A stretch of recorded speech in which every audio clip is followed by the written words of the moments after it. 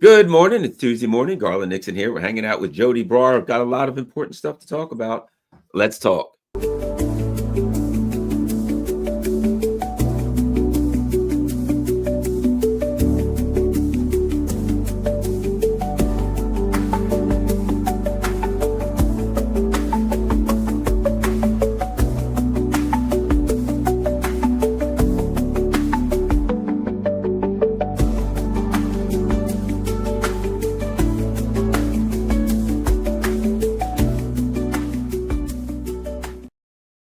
Good morning. Oh, I'm looking kind of short here. There we go.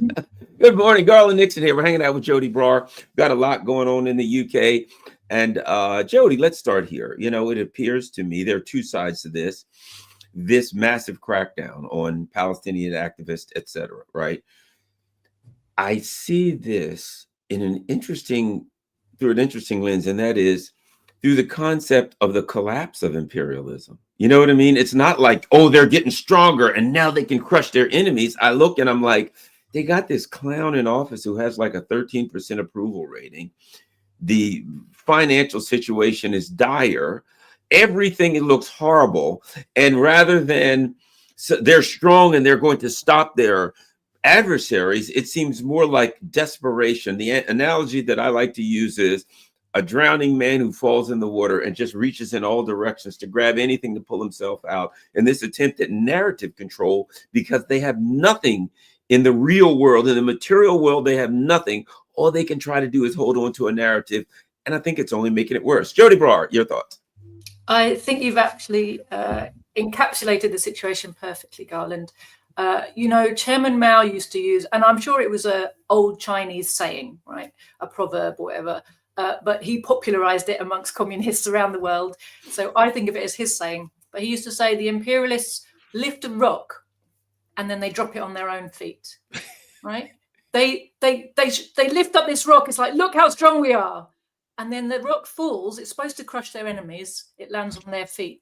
They're everywhere around the world, on all the fronts of this global war that the imperialists are waging. And they are waging a global war right now. It's accelerating. Nobody wants to call it World War III yet. But I think when we look back, we'll say, yeah, World War III was well underway at this point, right? It has already multiple fronts, but it's the same war. It's the war of the imperialist bloc to try to save its system, which is going down the tubes in front of us.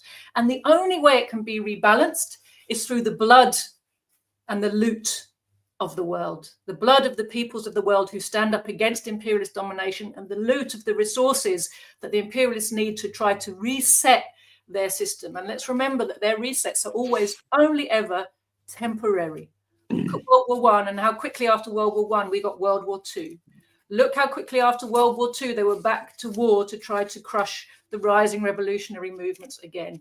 Look how it was only the fall of the Soviet Union that stopped imperialism blundering into its worst ever crisis at the end of the 1980s. You know, so all of this, we have to recognize this is the price for letting this system continue, right? So I'll just say that as the backdrop for everything we're talking about. When we look at the British imperialists right now, everything we see is a sign of, as you say, decay and weakness and panic. That doesn't mean that it's no longer a dangerous enemy.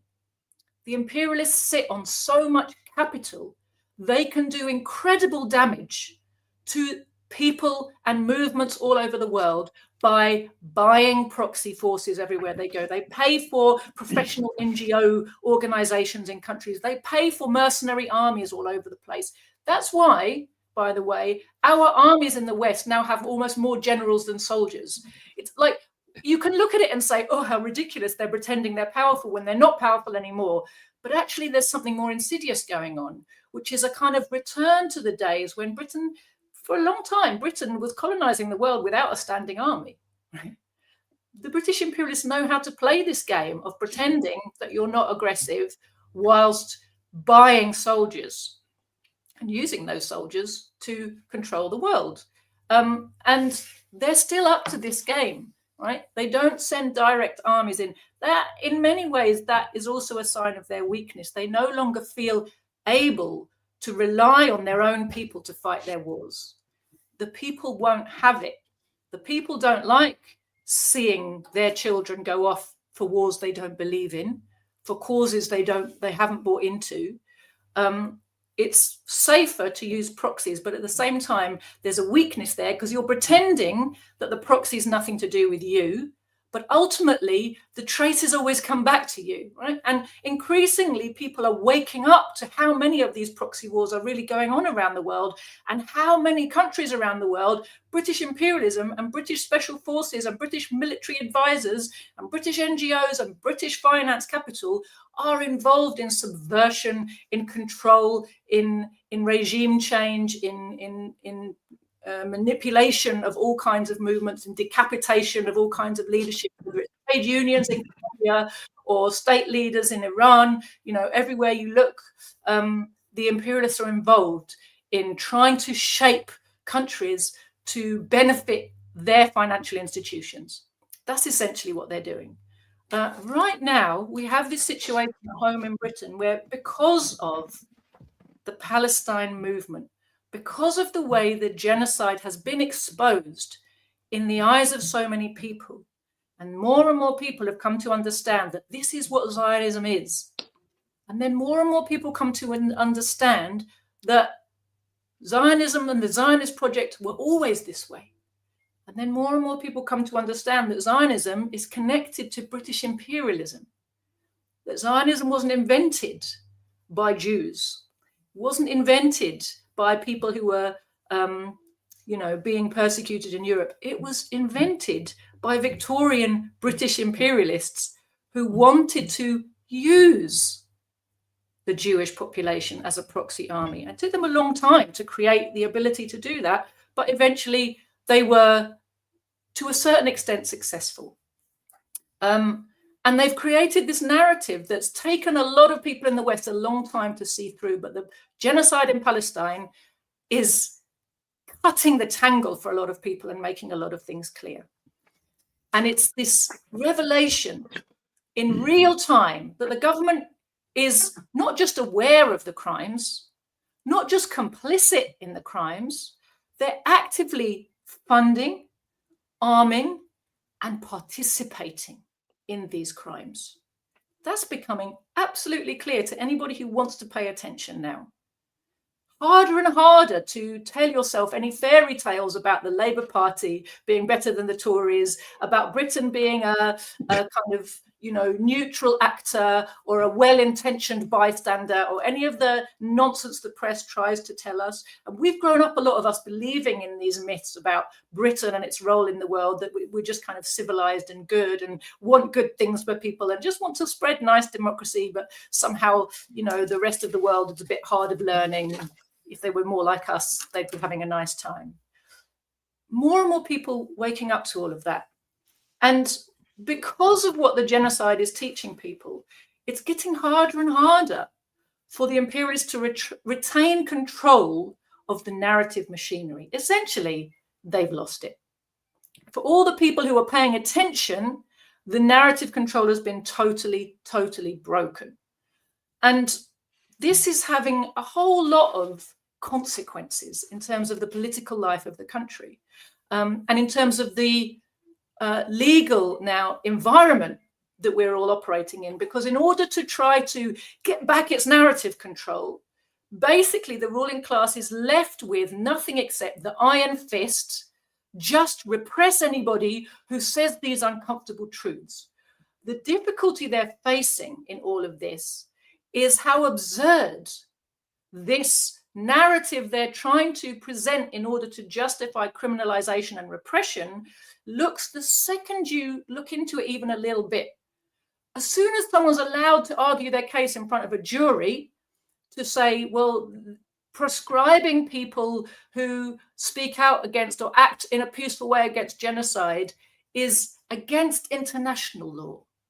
Actually, British laws are acting in contravention to international laws that Britain has also signed up to. Right? We're in this very legally, very dodgy position. The British get away with it because they're imperialists and they just say, well, might is right. But as soon as anybody comes into a court and puts their case forward, they can always call on international law to back them up. And that's incredibly inconvenient to the imperialists. It's why they're constantly looking for ways to repress, silence, and criminalize people in ways that bypass a jury. Because the jury, once it sees the evidence and hears the arguments, finds it very difficult to come out in favor of the government case, right? So we have this constant problem. So you know, of course, that Palestine Action, which was a peaceful group of direct action activists who basically targeted, and by targeted, I mean basically exposed the existence of and slightly hampered the business activities of arms of the Israeli military industry that are operating on British soil. And turns out there's quite a lot of it here, right? So they've done a good job of exposing that network, making it difficult for those companies to hide, alerting the public to their presence, making it difficult for them to make good profits because their business gets interrupted. The big crime they committed that really upset the ruling class was spray painting a jet with some red paint. And this was classed in the newspapers. This was described as criminal damage that cost millions of dollars. Well, I'm sorry, Garland, if it costs you millions of dollars to respray a plane, which still functions, right? They didn't stop the plane working, although in my view, that wouldn't actually change the case. But the truth is they didn't stop the plane from working. So the claim that they did millions of pounds worth of damage, I think that's a price tag that was put on by the hedge fund owners of the plane and has nothing to do with how much damage they really did, right? That's just by the by. But you see how this, again, this fighting for narrative control to justify calling these people terrorists for opposing genocide, when opposing genocide is actually a duty under international law, right? So you have this increasingly absurd but also fascistic position that our government is taking. You have defended the wrong rights, and therefore we will make you a criminal and call you a terrorist, right? They recently had a case against an Irish rap group called Kneecap. Now, Kneecap were not known to me because I'm too old to be interested in those things anymore, or at least too busy and too old to know about what's going on with the young peoples the way that I used to, right? Kneecap have now become super famous. Why? Because the government and the BBC have been targeting them. Why did they target them? These are a group of young Irish Republicans. They're from Belfast, which is still occupied Ireland, right? They have Republican loyalties, right? They believe in Irish liberation, Irish freedom, Irish sovereignty. They believe in anti-imperialism. So in their lyrics, they rap in Irish and they have very anti-imperialist lyrics. That was all fine. At one of their gigs in London, a Hezbollah flag appeared. And it was decided that this should be investigated and turned into a court case. The court case and the subsequent branding of the group as terrorist sympathizers, and then the BBC's decision not to play their set live in case some other act of terrorist sympathy was shown when they were playing at Glastonbury last year, all of that succeeded only in popularizing the band to a much bigger audience. When their case was heard in central London, huge number of people came out. It was blocking the road. There was a big demo. They tried to pen it into a tiny space and they couldn't. It kind of kept spreading out. Loads of people turned up. The second court hearing, at the last minute, they moved the case from the central London to Woolwich, which is far out in the southeast suburbs, right? Thinking that will stop these demonstrators from coming. Even in Woolwich, loads of people turned up. Suddenly, this thing is spinning out of control. The ruling class realized, oh, bugger, this is an own goal, this case. They dropped it on a technicality. They don't want to admit that they've lost. They had the judge throw it out on a technicality. Oh, this complaint was filed one day too late. They drop it, right? They've scored an own goal and they realize it. But what they wanted to do was make an example to young people, to musicians, to people with strong anti-imperialist sentiments. Watch out, if you step out of line, your career is gone and you can end up in jail, right? That's the message they wanted to bring, this chilling message that scares other people off. And they picked on Kneecap to make an example of them, and it totally backfired. Something similar is happening in the NHS. I very much hope that I'm right, and this is going to totally backfire. But it's a much more serious case in many ways. Have you heard about the case of Dr. Aladwan? No. Okay, so she's a young British trainee doctor, what we call a junior doctor. So she's like qualified, but in the early stages of her career. She is an orthopedic trainee surgeon who works in a North London hospital. She's from a Palestinian family. So obviously, her family has direct experience of Zionism, of occupation, of genocide, of eviction, of having to leave your homeland to find work and education and just to live. Because of what the Israelis are doing in Gaza right now, people like her have become very active, especially on social media, but not only on social media. I think she may have been someone who joined one of the Palestine Action protests once. I'm not entirely sure about that. But certainly she's been on lots of demonstrations, and the ruling class has turned up lots of photos of her. And I think the reason they've targeted her as a showcase is because they can intimidate the official Palestine Solidarity campaign and the unions out of supporting her. It's very noticeable that they're all saying nothing while this woman is being totally targeted and victimized. Massive campaign against her in the British media, right across the media. They're doxing her as an anti-Semite, as a supporter of terrorism. They're trying to say that because she said she supports the right of Palestinians to resist, that she supports Hamas and Hamas are terrorists, and so she's a terrorist. That she's celebrating terrorist crimes. That's what they say about her, right? When in fact what she's doing is supporting her people's right to resistance. They say that she's an anti-Semite because she repeatedly refers to Jewish supremacy. Now, Jewish supremacy is, of course, another term for Zionism. But there's something very important here that I think we really need to recognize, Garland, because I've watched this dynamic at work in the Palestine Solidarity movement and the trade union movement in Britain for decades, my whole kind of active political life, but very much in the last sort of 15 years. I've seen how Palestinian-born or descended activists in the Palestine Solidarity movement consistently get expelled from, say, the Palestine Solidarity campaign because they use the wrong words. They're anti-Semitic because they talk about Jews when they're talking about Israel.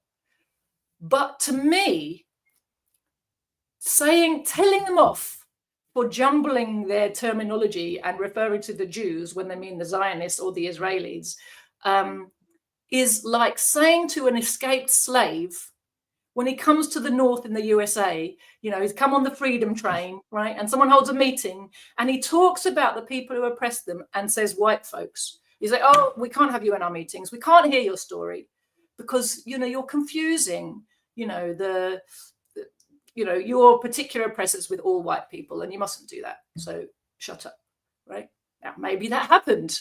I don't know. It's the kind of thing that might happen, right? But it's not right.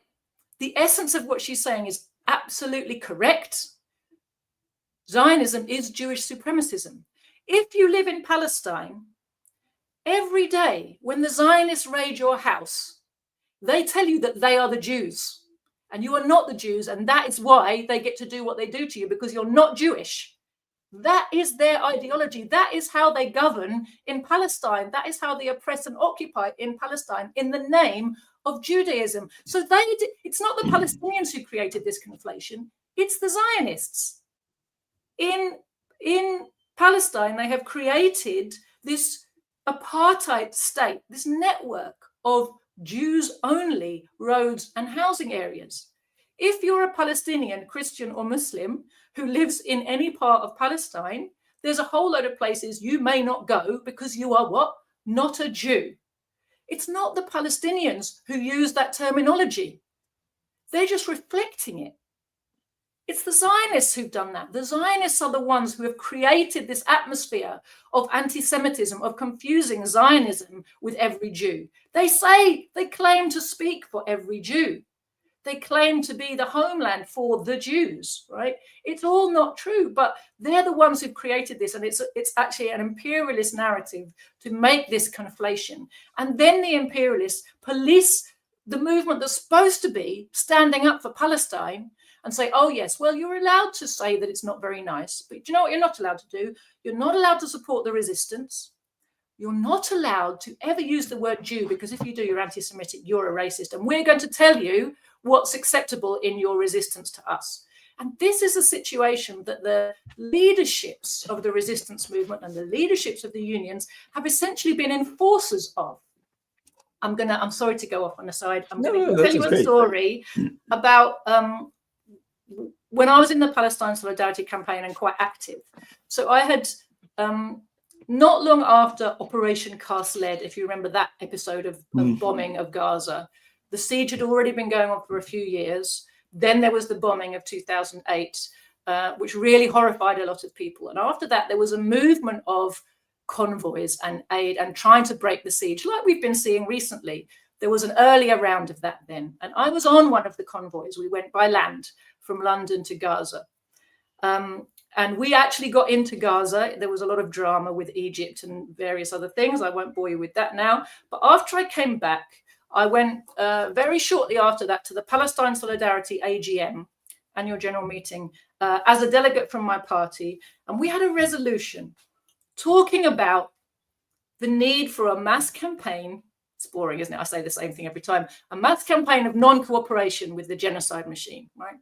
And we had a lot of specific points, suggestions of how, examples and things we could be doing. One of the things we brought up was the need to launch a campaign to free the young men who had been criminalized when they answered the Palestine Solidarity campaign's call for a demonstration outside the Israeli embassy in 2008 at the time of the Cast-Lead bombings. These young men, young Muslim boys, teenagers, most of them, 18, 19, 20, a bunch of them were picked up by the police and were basically made the scapegoat and the kind of, they were criminalized in order to try to silence anti-Zionist speech at that time. And those boys, all they had done was turn up to a demonstration that was called by PSC, and one or two of them threw towards the, we couldn't get close to the embassy, but in the direction of the Israeli embassy, they threw water bottles. And these boys got custodial sentences in prison at the age of 18, 19, 20. So their lives were, tarnished forever, right? Because of that.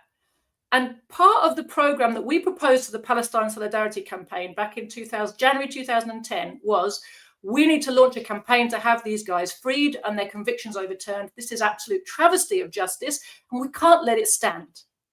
And you know what all the nice ladies of the PSC argued against my resolution? They said, oh, we can't do that. We can't call for that.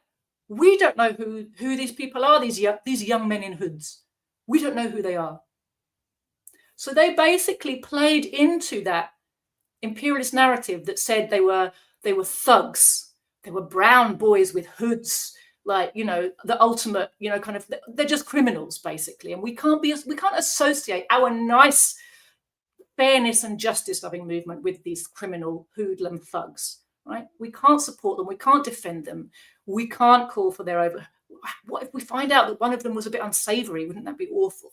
Right? Never mind what they were there for. So they kind of policed that. And just for the record, they opposed the whole motion on the basis that we can't tell the trade unions what to do. So the idea that you could take these demands and work with the trade unions and ask the trade unions to raise them, ask your members to raise these demands in their trade unions. No, we mustn't tell the trade unions what to do. What their preferred approach was this. They were very proud of their links with the trade union movements, and they would go to trade union conferences and have their little stands and be all very acceptable there. And their big trade union campaign was this: a postcard that was given out to delegates at trade union conferences, asking them what type of olive oil they should be buying when they go shopping. So consumer choices. choose your olive oil and you can help Palestine, right? Not, you shop workers, don't put Israeli olive oil on the shelves, and then no one gets to make that consumer choice, right? That's action by the working class that is really meaningful. They refuse to contemplate even having that program. They made these little postcards instead, right? So just a little insight into how controlled our supposed opposition is, in fact. So Dr. Aladwan is basically being used, I think, as a test case, and they think that they can isolate her from the movement because the PSC won't come to her defense, because the ruling class says, look, she supports Hamas, look, she's a terrorist sympathizer, look, she says Jew, therefore she's anti-Semitic. And so the PSC is going to be quiet and the unions are going to be quiet. I have a friend who brought up support for Dr. Aladwan in his union branch, and he works in the NHS, the National Health Service, as well. And the union reps in that meeting said exactly that. Oh, well, we have to be a bit careful with this case, don't we? Because I think she's been saying anti-Semitic things and we don't want to be associated with that. So you see how the memo goes out, and in the name of niceness and social justice, people back off. We have to make sure that doesn't work, Garland. It's very, very important. If you look closely at what's happening with Dr. Aladwan, there's a massive weaponizing, not only of the charge of anti-Semitism, there's a weaponizing of the institutions of the medical profession. The Zionist lobby and the government have been relentlessly pushing for not only her employing hospital, but the General Medical Council to debar her entirely from practicing medicine on the grounds of her offensive speech, activism outside her job, right? And her anti-Semitism that make her, allegedly, they're saying it's making her a threat to patients, right? This is a woman who has never, ever had a patient complaint. She's never done anything wrong at work. I mean, there's doctors out there still practicing, having engaged in all kinds of things which really genuinely damage their patients, right? And they get away with it, and there's a whitewash, and they carry on because no one wants to admit these things ever could happen. This is a woman who has never had a single patient complaint. And they're trying to hound her out of the medical profession. And you know how many years and how much money it costs to become a doctor, right? How many years of study you put in to get your qualifications, and all your years of training after you're qualified to be able to have a proper fully qualified surgical or whatever role in the health services. Years and years and years of committed study, right? They're trying to get her debarred from the entire medical profession because she refuses to back down when they come for her and say that her activism against genocide is anti-Semitic and pro-terrorist. And she said, no, it isn't. Now, the Zionist lobby were the ones calling for her to be suspended. Like I said, she didn't have a patient complaint. Okay, so the Zionist lobby basically harassed her employers in the hospital. They immediately suspended her. They contacted the GMC, the General Medical Council. The GMC made moves to suspend her while she was investigated. So you're not allowed to practice medicine while we investigate you. She said, hang on, there's nothing been proved against me. You've got no grounds to suspend me from practicing medicine. So this went to an independent tribunal. Independent, it's kind of semi-detached from the GMC. They have this tribunal service. The tribunal found that she was right. And they exonerated her. And they said, so the GMC case, the investigation is still ongoing. But the tribunal said, while the investigation is ongoing, there's no grounds for suspending Dr. Aladwan. And she made all the points that I've said. She defended her right to oppose the existence of Israel as a genocidal state, as an ethnic apartheid state, as an occupying colonial entity, calling for an end to that. She said, that's not a crime, that's not hate speech, that's loving justice, and that is allowed under international law for me to say that, and under press freedom or freedom of speech, whatever, that's not a crime to say that. She defended her right to say that Palestinians can resist. She said, it's in international law. They're occupied. It's been recognized they're occupied. It's been recognized by the UN that they have the right to armed resistance. I'm just saying what the international law says. You can't criminalize me for that. That's not hate speech. That doesn't make me a danger to anybody. She said, my activism is against genocide. It's not anti-Semitism to say that Jewish supremacy is a bad thing.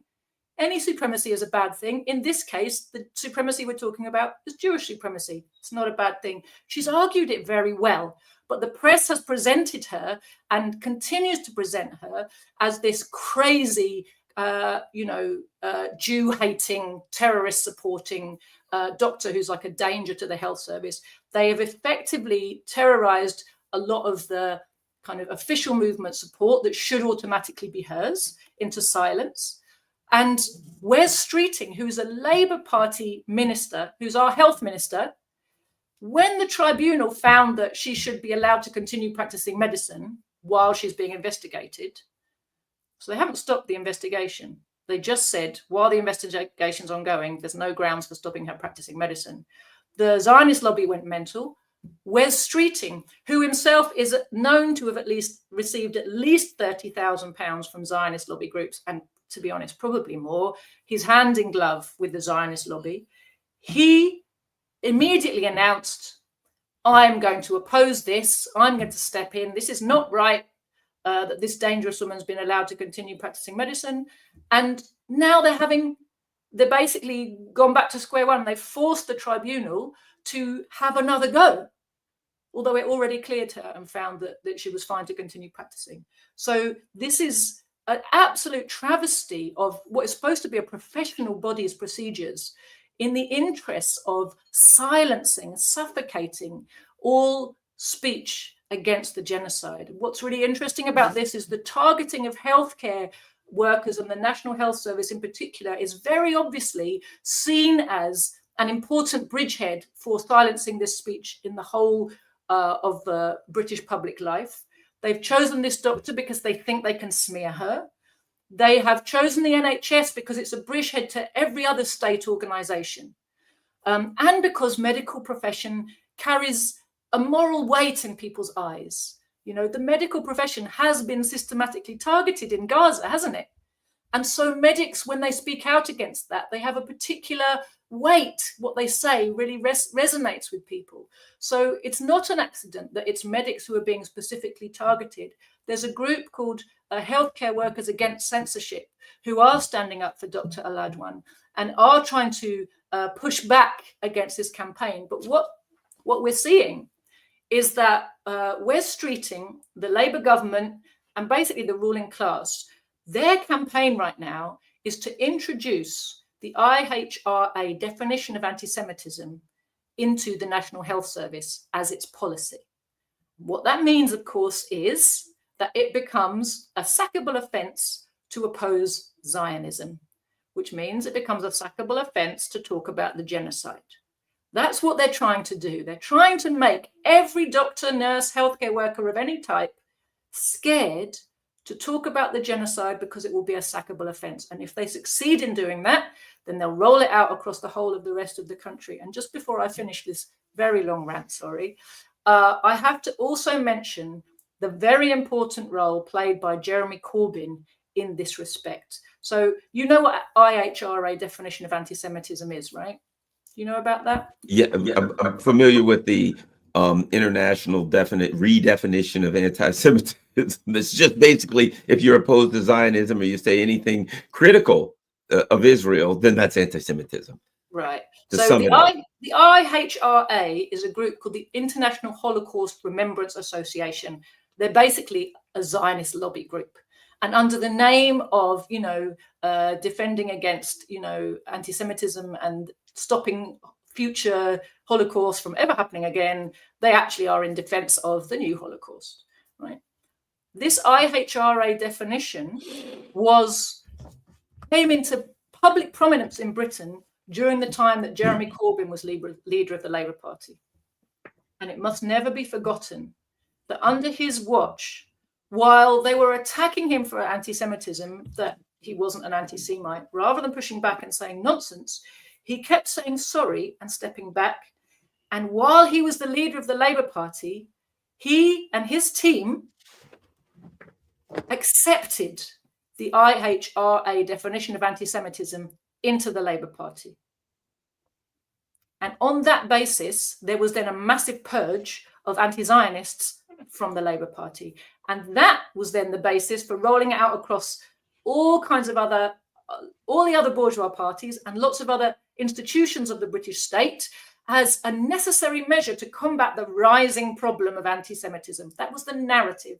The rising problem is not anti-Semitism. The rising problem when it comes to racism is, of course, Islamophobia. And the reason is because Islamophobia is the racism that's needed today to justify Zionist crimes and imperialist wars in the Middle East, right? So whenever you look at which particular group the imperialists are targeting the most at home, you always have to connect it to where are they fighting their wars abroad, right? And you'll see that they match up. So this is really important to understand that Jeremy Corbyn, as leader of the Labour Party, helped this campaign to gather momentum, this ruling class campaign to conflate anti-Zionism and anti-Semitism, under which our party, of course, has also been persecuted. And along with all of this, we are seeing not only persecution of healthcare workers, but also persecution of independent journalists. And with the independent journalists, again, there's two things they're not allowed to tell the truth about. One is the essence of Zionism, the true crimes of Zionism and British complicity. The other one is the truth about the war in Donbass. The truth about the fact that it's NATO's war, not Russia's. That Russia is defending itself, that Donbass people were fighting for liberation from a fascist occupation that was and an apartheid regime that was enforced on them by the West, right? You're not allowed to tell the truth about those things. And if you look at the list of journalists who've been targeted, again, by the British state under anti-terror laws, they've all been telling the truth about one or both of those things. And the same was true of our party when we've been persecuted twice, and it was both times it was for support of Palestine against the genocide, against Zionism. But Steve Sweeney is our party member and RT reporter who was picked up at the border when he came in to visit his mother and his daughter. I talked to you about that before, I think. Yep. Yes. There was Georgian Gayatri Galloway. There was Kit Clarenberg. Again, stopped at the borders where there's this kind of, it's like a new tactic the ruling class is using when they want to persecute political and journalistic actors. They find it very useful to use this little area when you get off a plane before you've come through the border, where apparently you have no rights whatsoever. And under anti-terror and various border control regulations, they can arrest you without arresting you and do anything they want, and you have no rights. And if you oppose anything they do, it's automatically a criminal offence. So they'll say to you when they pick you up, you're not under arrest, but we are detaining you. It's really Orwellian, isn't it? This kind of weird doublespeak. You don't have the right to legal representation. You don't have the right to silence. You don't have the right to withhold passwords to your devices. You don't have the right to withhold your fingerprints and other genetic materials. None of those rights apply in this little liminal area. So this is the space they've been using to target journalists and politicians that they want to make an example of. So this is the growing climate that we're now operating in. And just finally, I want to just make the point that ultimately this is about trying to save imperialism. And the ultimate target of all of this is not Muslims. It's not even just pro-Palestine activists, right? It's anybody who opposes imperialism and capitalism. And ultimately, it's the working class who are the target. It's real working class organization and independent activity, which is the target. And communists in particular are going to be the target. I think it's very significant that when Steve Sweeney was questioned, one of the questions they asked him about his connections to organizations in Donbass. Well, he was a journalist in Donbass. Obviously, he had connections with people who live and work in Donbass, with organizations who were fighting in Donbass, with Russian institutions, because he was doing journalistic work, right? Same, then they were asking about his connections with Hezbollah and Hamas in Lebanon. It's like, well, I'm a reporter. So obviously, I'll have phone numbers for press offices and things of all the parties that are operating here. That's how I do my job, right? But one of the questions they asked him was, are you a communist? Now, presumably they already knew the answer, but it's very significant, I think, that that's part of their line of questioning now. And we're starting to get the idea that it's not going to be long before they're looking for a way to say that being a communist, being against the system of exploitation of man by man and country by country is a criminal offense also. What's interesting is a unique dynamic. Maybe it's unique dynamic here. As an example, before whatever war, their next imperial war, they, gin up they get the people all excited. There's your enemy, and we're here to protect you, and we must all come together and fight against whoever this enemy is. Okay. There is a unique isolation at this time of the ruling elite, like never before, in that they are isolating themselves from the global South and countries around the world, but they're also isolating themselves from their population. There's no, okay, we're all in this together and we've got to go fight the external enemy anymore. The ruling elite are simply saying the Russians or whoever, they're bad, the Muslims, whoever, they're all bad, they're all evil. And when their people say, yeah, but we're kind of hungry and, our lives are going to hell, they say, shut up and do what you're told or else. So externally, it's we must suppress those who are pushing back around the world, Venezuela, whoever, Iran, Russia, China, all of them. We got to put them down. They're getting too big for their britches. Internally, hey, what are you mouthy people running your mouths, wanting jobs and food and stuff like that? Shut up. You get none of that. So this very unique isolation of the ruling elite from all parties. So now it's like they've got a war against their so-called external enemies, but they got a war against their internal enemies also, which consists to me of two things: of trying to propagandize the people to death, which isn't working that well, partially because of the economic pain, and then just trying to crush anybody that stands up and says, hey, something's wrong here. So I said, it would be very difficult right now. I've said this. If the U.S. government said, okay, we're going to war, all you young people, we're going to put you in the military and you're going to go die in the fields of, in the sands of the Middle East fighting for it. They burned this place to the ground. They couldn't do it. So the unique situation they find themselves in, and I guarantee you, if they said to the British people, hey, all you young British people that were at that darn Bob Dylan concert, we're putting guns on your back and you're going to go die fighting whoever. Again, they burn England to the ground. So they've got a unique isolation now of the imperialists in their own countries. Your thoughts? I think you're absolutely right, Garland. We are seeing that the economic crisis, which underpins all of this, is, as it's deepening, the crisis of the system is also deepening. And we see the conditions not only of World War III accelerating, but also the conditions of a revolutionary situation are maturing in front of our eyes. We're not there yet, but we can see everything is heading in that direction, can't we? As you said, on the one hand, there are, the propagation, the population is propagandized as never before, and it becomes more and more crude, the propaganda, doesn't it? And what that means is it only works on a certain section of the population, and that section of the population has to be kept in a kind of willful blindness.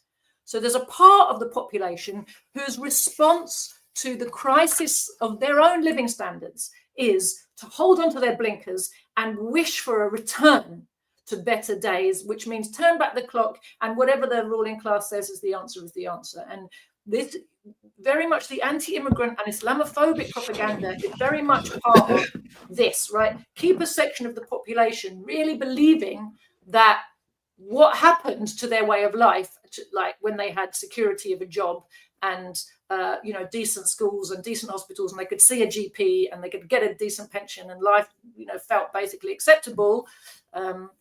Like what happened to that was immigrants, right? And also, didn't you know that Islam is a uniquely violent religion and its culture is poisoning, and there are all these young Muslims coming to our country are a threat to our women, and they have a rape culture, and so there's these kind of all of this hysterical anti-migrant and particularly Islamophobic propaganda is wall to wall campaign aimed at the poor workers who are feeling angry about what's happened to their way of life, and the obsession, the endless discussions about the British bloody flag that we are being exposed to at the moment.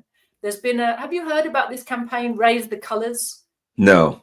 Okay. So if you're in Britain, you can't get away from it, right? They're trying to recreate the bonds, basically, of affection between the British people and British imperialism. They want to do that by getting us all to love the flag.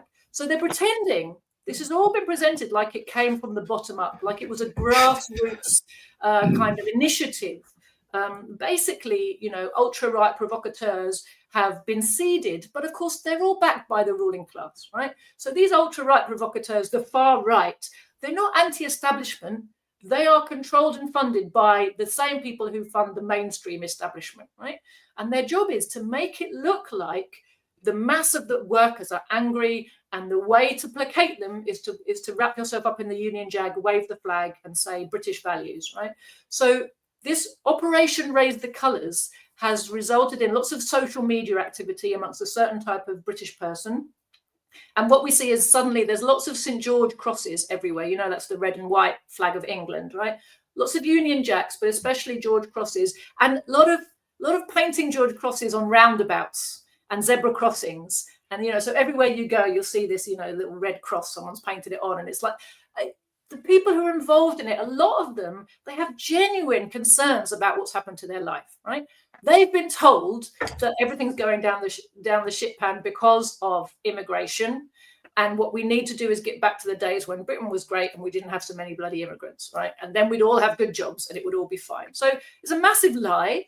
The people have genuine concerns, but this campaign's been presented to them as if it's a grassroots anti-establishment initiative.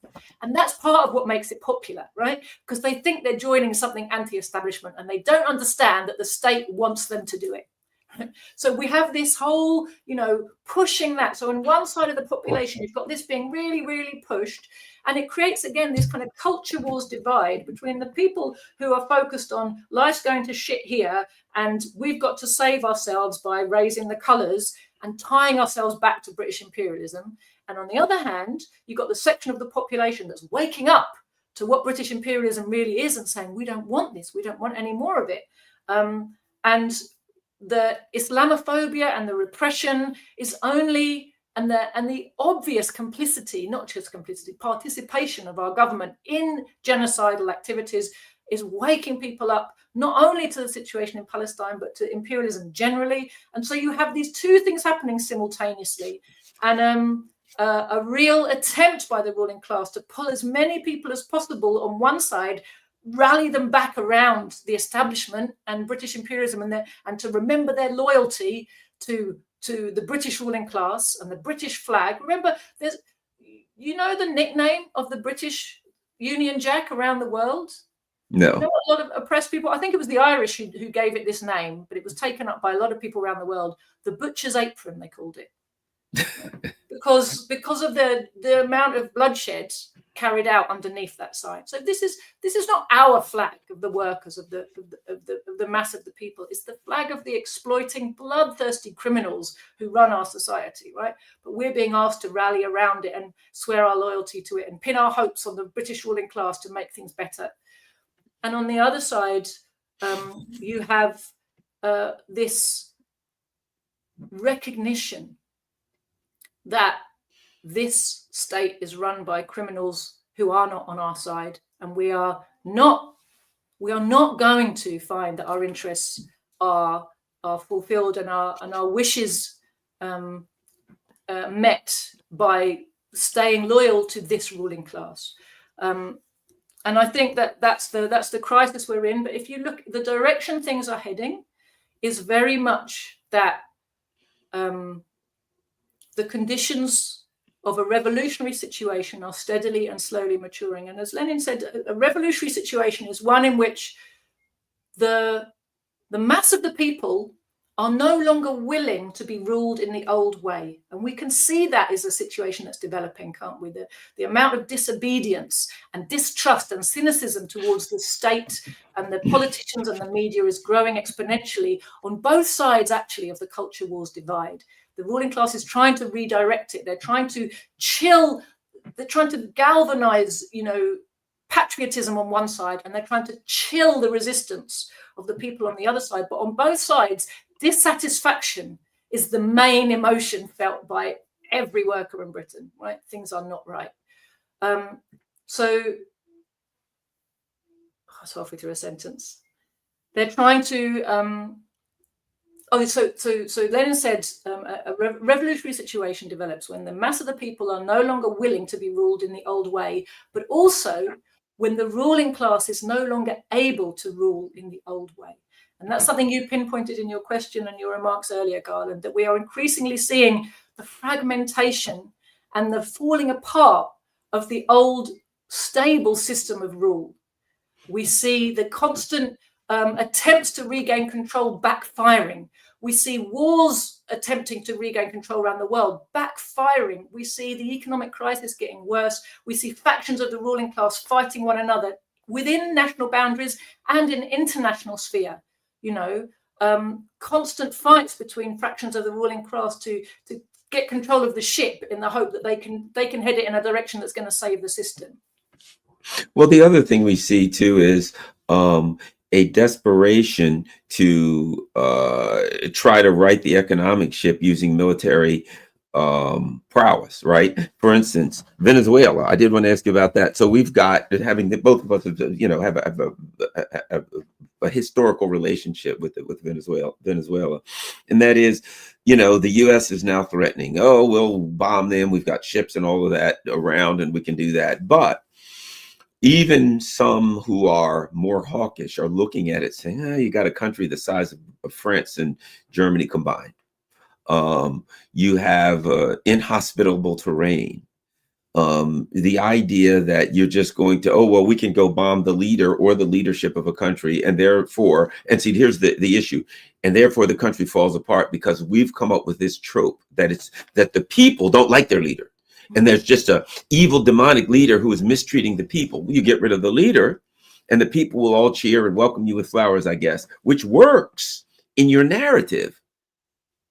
But in reality, in Venezuela, they've armed millions of people and the people are like, we'll fight back. And as I have been continually bringing up, well, if you say this is a dictator and, the people hate him, well, what the heck kind of dictator gives all of the people arms? They would immediately turn the arms on the dictator and shoot him. Instead, they're turning them out, fighting on behalf of the dictator. Meanwhile, there are revolutionaries all over South America saying, well, if the gringos come to Venezuela, we're all going there. There's a chance for us to fight them, to have the showdown that we've been waiting for once and all with U.S. imperialism. So even if they go to Venezuela, they're going to have revolutionary people from all over the place coming in saying, great, now we got them trapped where we want them. Let's knock them out once and for all. You're absolutely right, Garland. The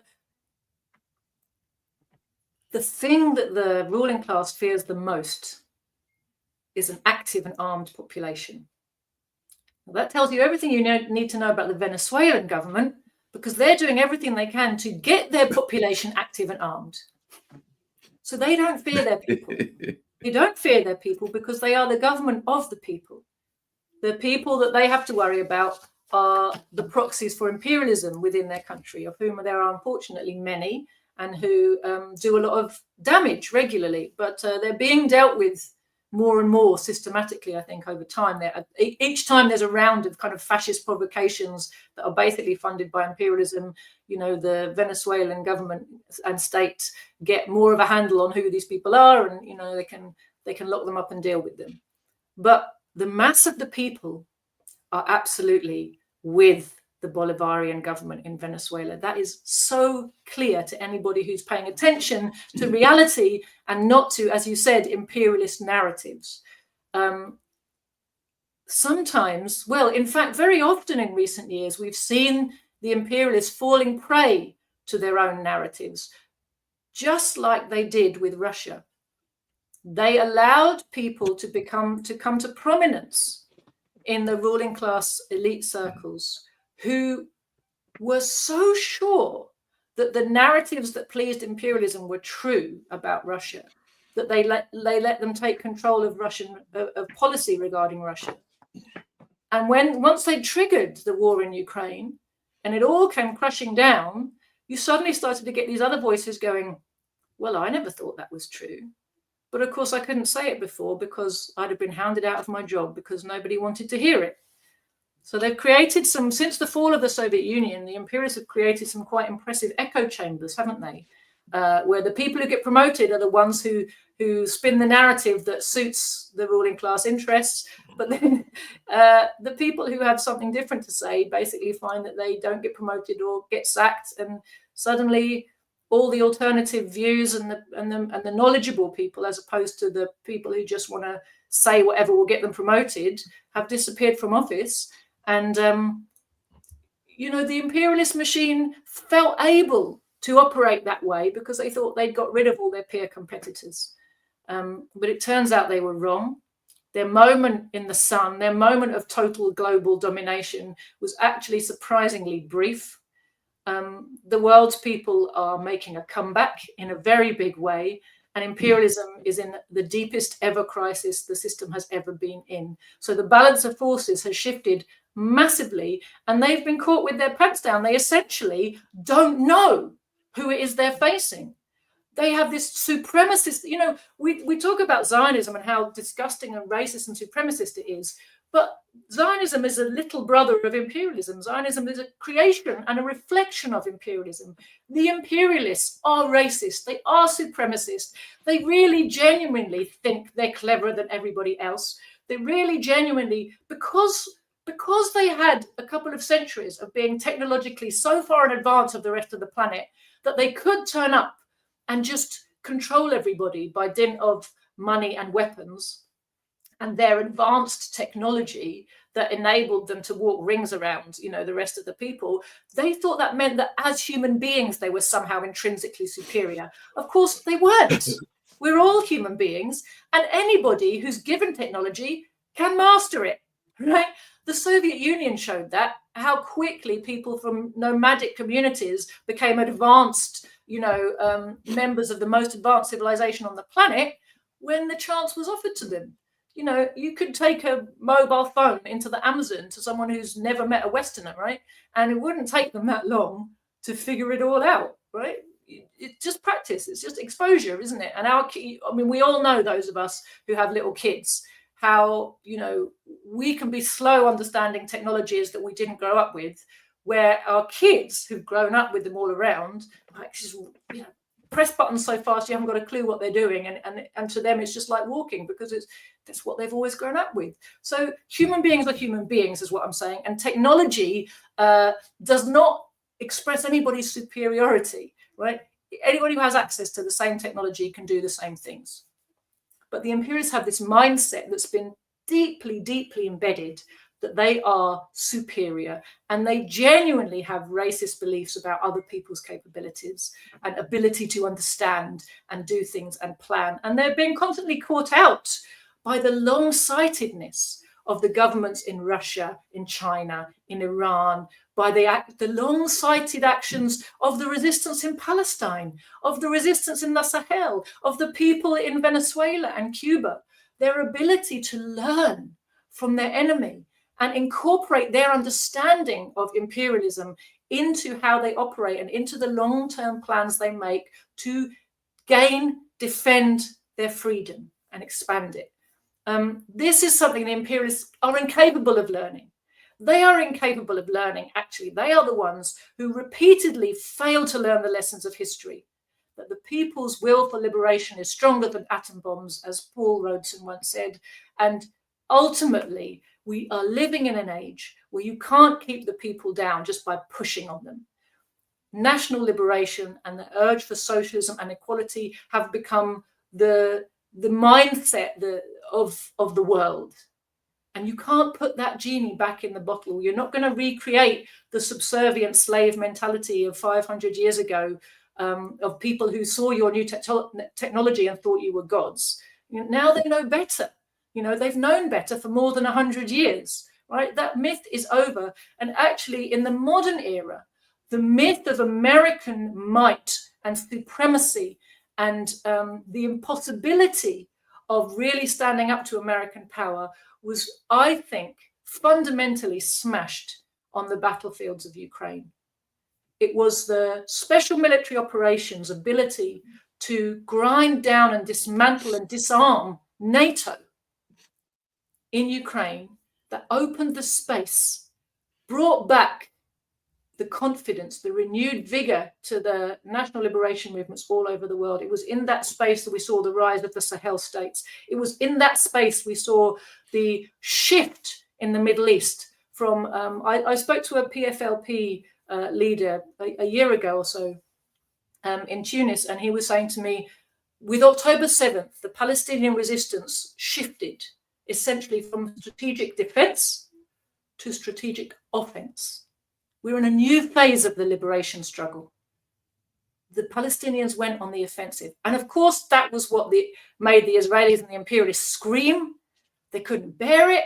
They were outraged at the audacity, at the bloody, bare-faced cheek of these oppressed who don't know their place, these brown Muslims who we keep putting back down in their box and they won't stay there. But this is a reality of trying to oppress people in the era of anti-colonial and socialist struggles. You are on a hiding to nothing. We are living through the last days of the imperialist system. And really the job, Garland, is for all of us to mobilize and put our shoulder to the wheel so the system ends quicker. Because the quicker we can get this system defeated and ended, the less the price in human blood. If we all sit at home waiting for someone else to do the job, the numbers of people who will die in this struggle is going to keep escalating. And that's on every one of us. That's on every single one of us to recognize we have a role to play. If you are not actively fighting to bring down the system of imperialism, you are helping it to continue its bloodthirsty reign on the planet. Well, I get on my radio show in DC, I get callers and they say, well, Garland, you're telling us what's bad. How can we fix this thing? How can we right the ship? And I always say, you got me wrong. I'm not the cure. I'm the disease. I'm not here to right this ship. But at any rate, Joti Brar, tell everybody where they can find you and find out about all the work you're doing and what's happening in the world of you and your party. Thank you, Garland. So, I've lost my little blurb here. Don't know how that happened. If you... Oh, no, we both lost our little blurb. I don't think it's an accident. Must have done something to our settings. Oh, so no, I haven't changed my settings. I'm sure it's there. Well, that's the best we can do. I'm sure they're like, okay, well, we'll throw a monkey wrench in this operation. If you go to thecommunists.org, you will find my party's website. You can sign up to our emails. You can find our Marxist education program there. I do encourage everybody who is at all interested in the things that I say to understand that this is not some special power of Joti Brar. This is the power of Marxist understanding, and you can have it too. And the more of us have it, the more powerful we can be, and the better job we can do at bringing down imperialism more quickly. So I do encourage you to get yourself educated in Marxism and also to get organized with a Marxist-Leninist organization in your country. If you're in Britain, do get in contact with us. I have a Telegram channel, Joti Brar. You can find me and my party there.